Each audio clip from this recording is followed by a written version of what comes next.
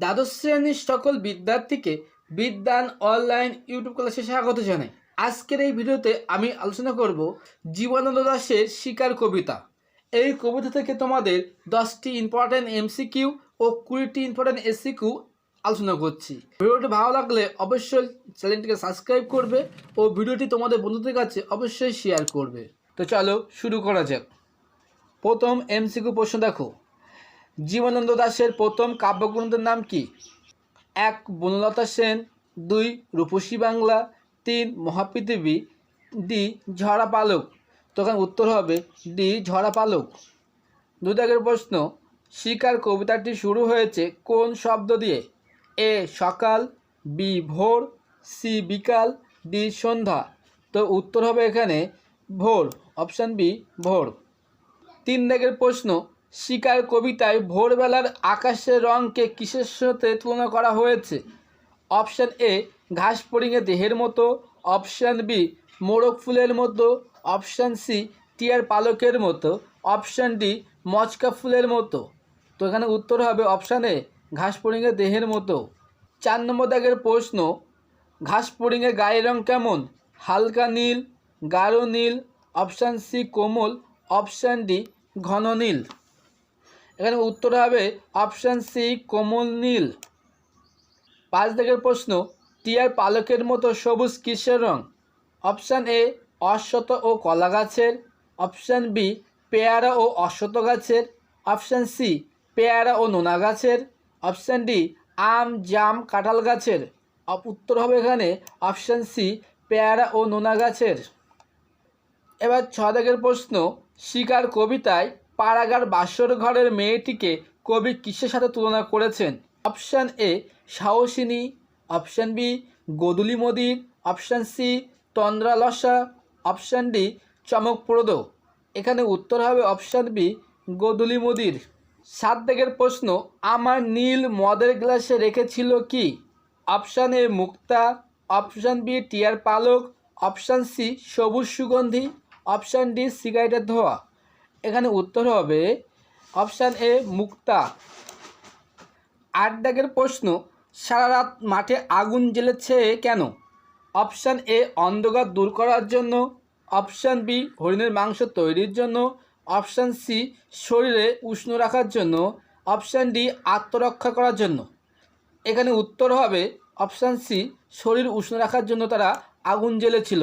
এটা আগুন জ্বেলেছিল দেশলীয়রা। 9 দাগের প্রশ্ন, দেশলীয়রা আগুন জ্বালিয়েছিল কোন পাতা দিয়ে? অপশান এ পেয়ারা, অপশান বি নোনা, অপশান সি অশ্বত, অপশান ডি মেহগনি। এখানে উত্তর হবে অপশান সি অশ্বত গাছ দিয়ে। 10 দাগের প্রশ্ন, রোগা শালিকের হৃদয়ের বিবর্ণ ইচ্ছার মতো।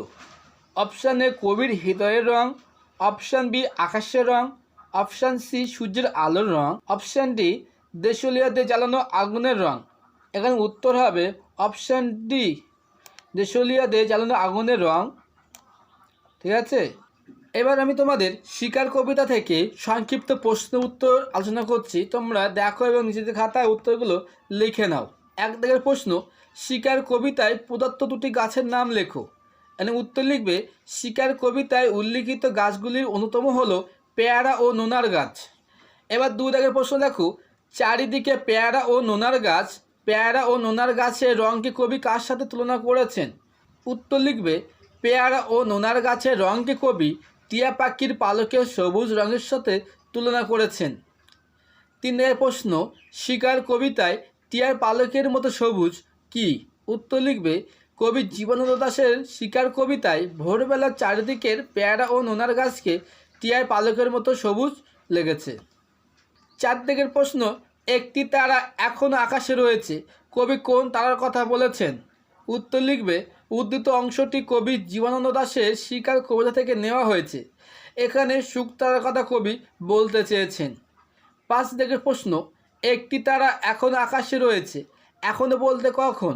উত্তর লিখবে কবি জীবনানন্দ দাশের শিকার কবিতায় এখনও বলতে রাত শেষের ভোরকে বোঝানো হয়েছে।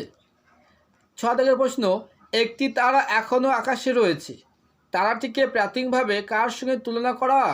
উত্তর লিখবে জীবনানন্দ দাশের শিকার কবিতায় তারাটিকে প্রাথমিকভাবে পাড়াগার বাসর ঘরের সবচেয়ে গোদলি মদির মেয়েটির সঙ্গে তুলনা করা হয়েছে। 7 দাগের প্রশ্ন, এসেছে সে ভোরের আলোয় নেমে। কে ভোরের আলোয় নেমে এসেছে? উত্তর লিখবে উদ্ধৃত অংশটি কবি জীবনানন্দ দাশের শিকার কবিতা থেকে নেওয়া হয়েছে। এখানে কবি বাতাবি লেবুর মতো সবুজ সুগন্ধি ঘাস ছিঁড়ে খাওয়ার জন্য সুন্দর বাদামি হরিণের নেমে আসার কথা বলা হয়েছে। 8 দাগের প্রশ্ন, কচি বাতাবি লেবুর মতো কিসের কথা বলা হয়েছে? উত্তর লিখবে জীবনানন্দ দাশের শিকার কবিতায় কচি বাতাবি লেবুর সবুজ সুগন্ধি ঘাসের কথা বলা হয়েছে। 9 দাগের প্রশ্ন, কচি বাতাবি লেবুর মতো কাকে বাতাবি লেবুর সঙ্গে তুলনা করা হয়েছে এবং কেন? উত্তর লিখবে জীবনানন্দ দাশের শিকার কবিতায় কচি বাতাবি লেবুর সঙ্গে ঘাসের তুলনা করা হয়েছে তার সবুজ রং ও সুগন্ধের জন্য। 10 দাগের প্রশ্ন, হরিণটি কচি বাতাবি লেবুর মতো সবুজ সুগন্ধি ঘাস ছিঁড়ে ছিঁড়ে খাচ্ছিল কেন?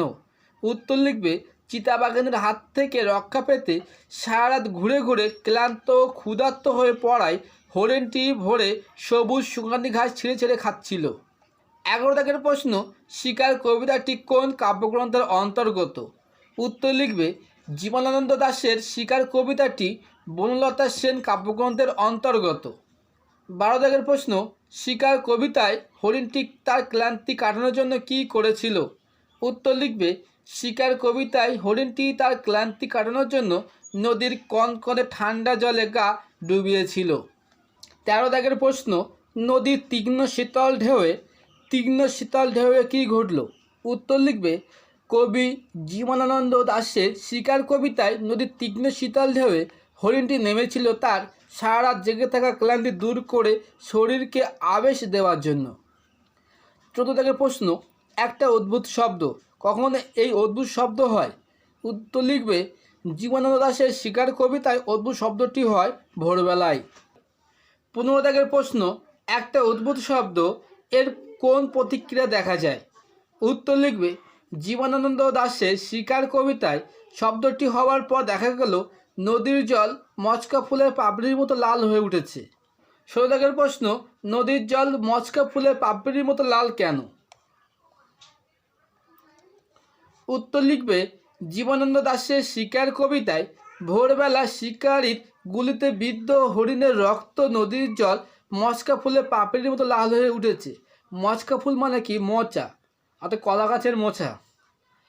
17 দাগের প্রশ্ন, শিকার কবিতায় উল্লিখিত নদীর জলের রং কেমন? উত্তর লিখবে শিকার কবিতায় নদীর জলের রং মচকা ফুলের পাপড়ির মতো লাল হয়েছিল। 18 দাগের প্রশ্ন, আগুন জ্বললো আবার, কারা আবার আগুন জ্বালালো? উত্তর লিখবে জীবনানন্দ দাশের শিকার কবিতায় আবার আগুন জ্বালিয়েছিল শিকারী মানুষের দল। 19 দাগের প্রশ্ন, আগুন জ্বললো আবার আগুন জ্বলার কথা বলা হয়েছে কেন? উত্তর লিখবে জীবনানন্দ দাশের শিকার কবিতায় প্রথমবার আগুন জ্বালিয়েছিল দেশওয়ালিরা, তাই আবার শব্দটির সাহায্যে শিকারীদের আগুন জ্বালানোকে বোঝানো হয়েছে। 20 দাগের প্রশ্ন, রোগা শালিকের বিবর্ণ হৃদয়ের ইচ্ছার মতো হয়ে যায় কিসের রং? উত্তর লিখবে দেশওয়ালিদের জ্বালানো আগুনের রং ভোরবেলায়। ঠিক আছে, এর পরের ভিডিওতে তোমাদের জন্য 5টি বড় ইম্পর্টেন্ট প্রশ্ন আমি নোটস আকারে তোমাদের জন্য নিয়ে আসব। সেই পর্যন্ত তোমরা সবাই সুস্থ থাকবে।